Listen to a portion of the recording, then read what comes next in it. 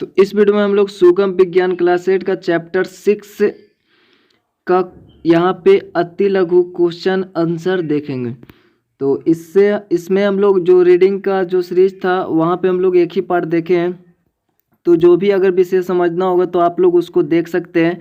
ठीक है, तो अभी वहाँ पे एक ही पार्ट बना है और वहाँ पे रेगुलर पार्ट बनेगा। तो ये आपका पार्ट 1 है क्वेश्चन आंसर का। तो यहाँ पे देखिए अति लघु प्रश्न है, और इससे पहले अगर आप चैनल पर नए हैं तो चैनल को सब्सक्राइब करके बेल आइकन प्रेस कर दे ताकि आने वाली वीडियो की नोटिफिकेशन सबसे पहले आप तक पहुँच जाए।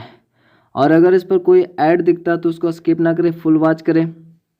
ठीक है, तो यहाँ पे देखिए आपका पहला क्वेश्चन क्या कर रहा है कि वह घटना जिसमें कोई पदार्थ सामान्यतः ऑक्सीजन से अभिक्रिया कर ऊष्मा एवं प्रकाश के रूप में ऊर्जा मुक्त करती है क्या कहलाती है।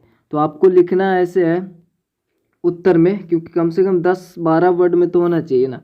तो ऐसे होगा कि वह घटना जिसमें कोई पदार्थ सामान्यतः ऑक्सीजन से अभिक्रिया कर ऊष्मा एवं प्रकाश के रूप में ऊर्जा मुक्त करती है दहन कहलाती है। ठीक है, वह दहन कहलाएगी। तो ये आपने पढ़ा भी होगा। और सेकंड नंबर क्वेश्चन आपका है कि दहन किस प्रकार की रासायनिक क्रिया है। तो देखिए यहाँ पे दहन जब होता है तो वो तो ऑक्सीजन से रिएक्शन होता ही है। तो उस समय जब आप दहन करते हैं अर्थात जब आग जलाते हैं, ठीक है ना, तो ऊष्मा बाहर निकलता है। ठीक है, ऊष्मा बाहर निकलता है मतलब ऊष्मा क्षेपी अभिक्रिया हुआ। अगर ऊष्मा अंदर आता है यानी कोई चीज़ ऊष्मा को लेता है तो वो ऊष्मा शोषी होगा।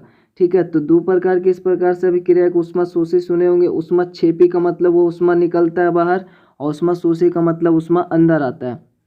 ठीक है, यानी आप शोषित करता है। तो यहाँ पे तो दहन जब भी होता है ऊष्मा तो हमें देता है।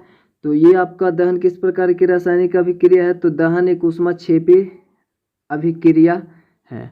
ठीक है, तीसरा में है कि वह पदार्थ जिसकी उपस्थिति किसी अन्य पदार्थ के दहन के लिए आवश्यक होती है क्या कहलाती है।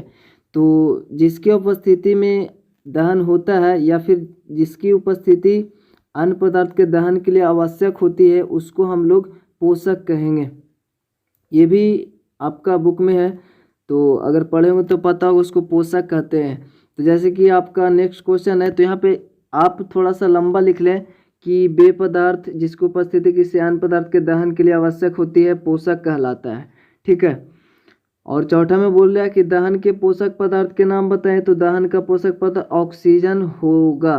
ठीक है, और भी हो सकते हैं लेकिन यहाँ पे एक ही बोल रहा ना, एक पोषक पदार्थ का नाम बताएं तो ऑक्सीजन हो जाएगा। और आपका 5वां नंबर क्वेश्चन है वो आपका बोल रहा है मंद दहन एवं द्रुत दहन के एक एक उदाहरण लिखें। तो ये दहन का जो प्रकार था ये भी आपका बुक में है, बट यहाँ पे रीडिंग नहीं हुआ है। तो आपको विषय समझना तो रीडिंग वाले सीरीज को आप देखें। यहाँ पे उत्तर में है मंद दहन लोहे की कीलों पर जंग लगना। एक उदाहरण हुआ मंद दहन के लिए, लोहे की कीलों पर जंग लगना एक मंद दहन है, क्योंकि जब वो ये एक दहन ही है। ठीक है ना, इसमें भी ऊष्मा मिलता है बट बहुत कम मात्रा में, ना के बराबर मिलता है। ठीक है, द्रुत दहन तो कोयला का जलना एक द्रुत दहन हुआ। ठीक है, इसमें आपका अधिक ऊष्मा मिलता है तेज गति से। और आपका 6 नंबर क्वेश्चन है दहन के लिए आवश्यक शर्तों को लिखें। तो आपको पता है दहन के लिए कौन कौन से आवश्यक शर्तें हैं। तो यहाँ पे दहन के लिए आवश्यक शर्तें इस प्रकार है या फिर निम्न है, इस प्रकार से लिख सकते हैं। पहला में आपका होगा दहनशील पदार्थ की उपस्थिति, अर्थात यहाँ पे दाह पदार्थ यानी दाह पदार्थ की उपस्थिति। इस प्रकार से दाह होता है या फिर इसको हम लोग दाह पदार्थ यानी जो पदार्थ जलता है ना उसको हम लोग दाह या फिर दाह पदार्थ बोल सकते हैं। तो यहाँ पे दहनशील ना होगा, दहनशील पदार्थ कुछ और हो जाते हैं, जो कम ताप पे जलता है उसको बोलते हैं। तो यहाँ पे दाह पदार्थ की उपस्थिति अर्थात वे पदार्थ जो जलता है ना उसकी उपस्थिति। तो दहन के लिए तो ऐसा थोड़ी है कि ईटा पत्थर जल जाएगा, नहीं। तो दाह पदार्थ की उपस्थिति होना चाहिए, पहला शर्त हुआ। दूसरा हुआ दहन के पोषक पदार्थ की उपस्थिति। तो जो जैसे कि ऑक्सीजन तो होना चाहिए, ठीक है, यानी जो भी पोषक पदार्थ है वो भी होना चाहिए। और तीसरा में आपका ज्वलन ताप की प्राप्ति। इन तीनों के अभाव में आपका जलना मतलब कि दहन हो ही नहीं सकता। अगर दाह पदार्थ ना हो, दाह पदार्थ ठीक है ना हो तो कैसे जलेगा। या फिर दहन के पोषक पदार्थ ना हो, सपोज ऑक्सीजन ही ना हो तो कैसे जलेगा। यानी कि और कुछ पदार्थ हैं जो ऑक्सीजन के बिना भी जलते हैं लेकिन उनके लिए दूसरा गैस पोषक होगा। ठीक है, तो बिना पोषक का जलेगा नहीं। तीसरा है ज्वलन ताप की प्राप्ति। जब तक कोई वस्तु उसका जब अपना निश्चित जो ज्वलन ताप होता है, जब तक वो उस पर नहीं पहुंचेगा, जब तक वो जल ही नहीं पाएगा। जैसे अगर मोटा लकड़ी को अगर जलाना हो तो आप उसको थोड़ा देर के लिए उस पर आग दिया जाता है, तब वो जलता है, ठीक है। पतला कागज तुरंत जल जाता है क्योंकि वो पतला होता है, आयतन वगैरह उसका कम होता है। लेकिन मोटी चीज़ को जलाने के लिए जब तक वो एक निश्चित ज्वलन ताप पर नहीं पहुंचेगा तब तक वो नहीं जलेगा। तो ये भी आपका इम्पोर्टेंट है, ज्वलन ताप की प्राप्ति। और आपका 7वां नंबर क्वेश्चन है, आग बुझाने के लिए जल का प्रयोग क्यों किया जाता है? तो क्योंकि यहाँ पे देखिए, क्योंकि पानी में वह शक्ति है जो आग के तापमान को कम कर देता है, ठीक है, आग के तापमान को कम कर देता है। या फिर ऐसे लिख सकते हैं आप, क्योंकि जल पदार्थ की ऊष्मा को अवशोषित कर लेता है। जल जो है वो पदार्थ का जो ऊष्मा होता है उसको अवशोषित कर लेता है। ऐसा अगर हम समझें, इसको बुक में भी लिखा हुआ है, तो इसको रीडिंग का सीरीज देखें, इसको अच्छे समझ पाएंगे कि ये जो है बाहर से जो भी वातावरण का है ना, वो जो मतलब आग है उसको वो कवर कर लेता है, ठीक है, और उसको वायु नहीं मिल पाता है तो फिर वो जल जाता है, मतलब बुझ जाता है, ठीक है। तो इसको हम लोग वहीं पे देखेंगे। और 8वां में आपका क्वेश्चन में क्या कि विद्युतीय उपकरणों में लगे आग को बुझाने के लिए जल का उपयोग क्यों नहीं किया जाता है? तो जाहिर सी बात है, क्योंकि जल में भी विद्युत का चालन होता है, ठीक है ना, विद्युत का चालन जल में भी होता है। और अगर हम उसको बुझाएंगे पानी से तो करंट लगने का खतरा है, तो इसलिए भी उसको जल से नहीं बुझाया जाता है। क्योंकि पानी जो है विद्युत का सुचालक होता है, अर्थात उससे विद्युत पार हो सकता है, यानी उसका चालन होता है उससे भी, तो इसलिए यही कारण है। तो आप लिखिए, क्योंकि पानी विद्युत का सुचालक होता है इसलिए विद्युत उपकरणों में लगे आग को बुझाने के लिए जल का उपयोग नहीं किया जाता है, इतना आपको लिखना है। और आपका 9 नंबर क्वेश्चन में कि ज्वलनशील पदार्थ से आप क्या समझते हैं? तो ज्वलनशील पदार्थ से आप क्या समझते हैं? तो वे पदार्थ जिनका ज्वलन ताप कम होता है, जिनका ज्वलन ताप कम होगा वो आसानी से जल भी जाएंगे, तुरंत जल जाएंगे, जैसे केरोसिन, पेट्रोल, ये सब है ना। तो वे पदार्थ जिनका ज्वलन ताप कम होता है तथा जो सुगमता पूर्वक अर्थात आसानी से एक ज्वाला के साथ, मतलब जो ज्वाला होता है, ज्वाला का मतलब बताएं, ज्वाला के साथ आग पकड़ते हैं, ज्वलनशील पदार्थ कहलाते हैं। और आपका 10 नंबर क्वेश्चन है कि ज्वलन ताप से आप क्या समझते हैं?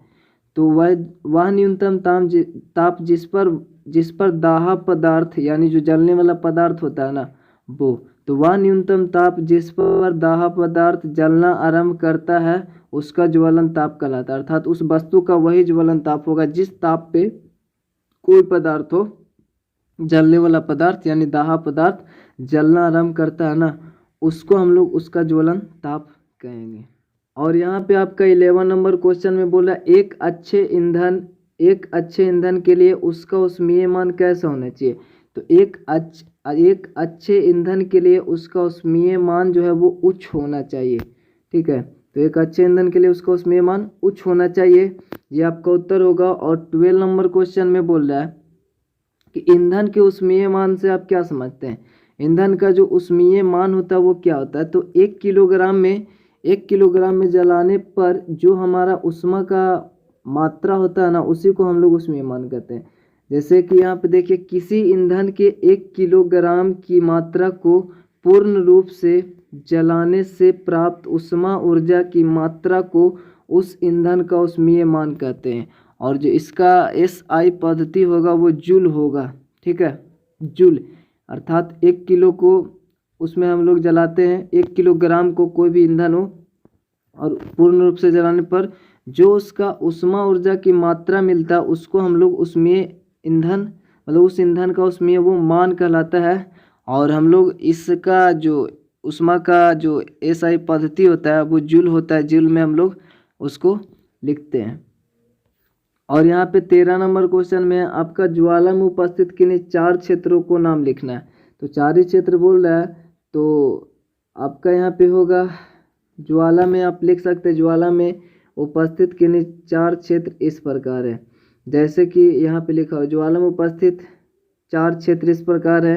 पहला में आपका नीला क्षेत्र हो गया, दूसरा में आपका काला क्षेत्र, और दीप्त क्षेत्र और अदीप्त क्षेत्र। वैसे 4 ही क्षेत्र होते होंगे, ठीक है। तो यहाँ पे 4 क्षेत्र यहाँ पे लिखा हुआ नीला, काला और दीप्त क्षेत्र और अदीप्त क्षेत्र। इसके बारे में डिटेल्स में हम लोग रीडिंग के सीरीज में देखेंगे। और यहाँ पे 14 नंबर क्वेश्चन है कि ज्वाला के किस क्षेत्र का ताप सबसे कम होता है। तो जो ब्लैक यानी काला जो क्षेत्र होता है, तो ज्वाला के काला क्षेत्र का ताप सबसे कम होता है, सबसे ठंडा वो होता है, ठीक है। और 15 नंबर क्वेश्चन, अग्निशमन किन्हीं 3 शर्तों का उल्लेख करना है। तो 3 शर्त इसका लिखना अग्निशमन के। तो अग्निशमन के 3 शर्त इस प्रकार है। आपका पहला में यहाँ पे पहला ही है, ये पहला में आपका पानी, यानी पानी तो होना चाहिए। जो अग्निशमन होता है जिसको हम लोग बुलाते हैं गाड़ी में, गाड़ी टाइप से होता है ना, जो यहाँ पे पहला में आपका होगा। दूसरा में आग निरोधक रसायन, आग को बुझाने वाला रसायन। और तीसरा में अग्निशमकों की आग निरोधक पोशाक, यानी जो अग्निशमकों की मतलब जो भी उसमें आग बुझाने वाले होते हैं उनको आग निरोधक पोशाक होना चाहिए। और साथ में इसका और भी हो सकता है, फिलहाल यहाँ पे 3 ही बोल रहा है। तो पहला पानी तो होना ही चाहिए, आग निरोधक रसायन और अग्निशमकों की आग निरोधक पोशाक। तो ये 3 शर्तें हैं यहीं पे, और ये आपका ख़त्म हो जाता है। तो वीडियो को लाइक कमेंट शेयर कर दे और अपने दोस्तों को शेयर जरूर से करें, ठीक है, क्योंकि आपका दोस्त भी यहाँ पे इस चैनल से जुड़ पाए। और साथ ही साथ चैनल पर नए तो चैनल को सब्सक्राइब करके बेल आइकन प्रेस कर दें ताकि आने वाली वीडियो की नोटिफिकेशन सबसे पहले आप तक पहुँच जाए। तो मिलता है आपसे अगले वीडियो में, तब तक के लिए जय हिंद, जय भारत।